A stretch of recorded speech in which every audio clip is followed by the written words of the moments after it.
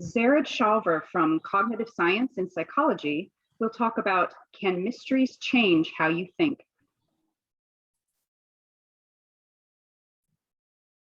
Has anyone ever made this promise to you? I've got you this fantastic gift and I cannot wait for you to open it. If so, then you've experienced exactly what I study.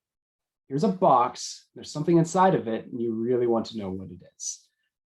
This is just one example of the countless everyday mysteries that stem from moments in your life when you realize there's something you don't know and then you really want to know it.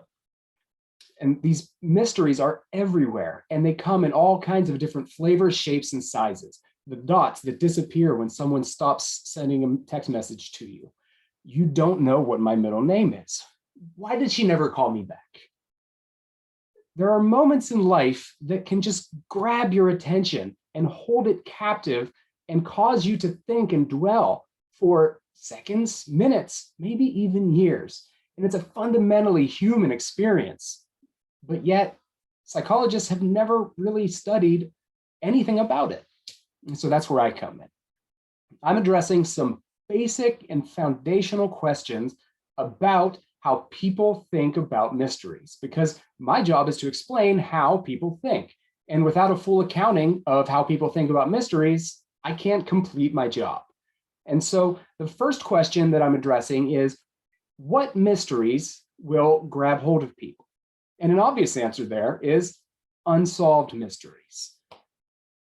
If someone hands you a box and says, this is a fantastic gift that I know you're going to love, that unsolved mystery is quite different from someone hands you a gift and says, hey, here, I got you this check for $25, spend it in good health. Same starting point, two very different paths you can take. And so once we have these mysteries, the next question for psychologists becomes, when are you thinking about them and how does your thinking change over time? Because your thinking isn't fixed at a point. It changes as time moves on. And so to address this question, I can essentially read your mind to tell when you're thinking about a mystery. And here, I'll show you how I do that. Did I say the word name earlier? If you said yes, then congratulations, because you found your way back to that mystery of what is my middle name? What does that tell me? It tells me that if you were thinking about that mystery, it was actively in your mind, you're going to be very quick to say, yes, I totally remember hearing that before.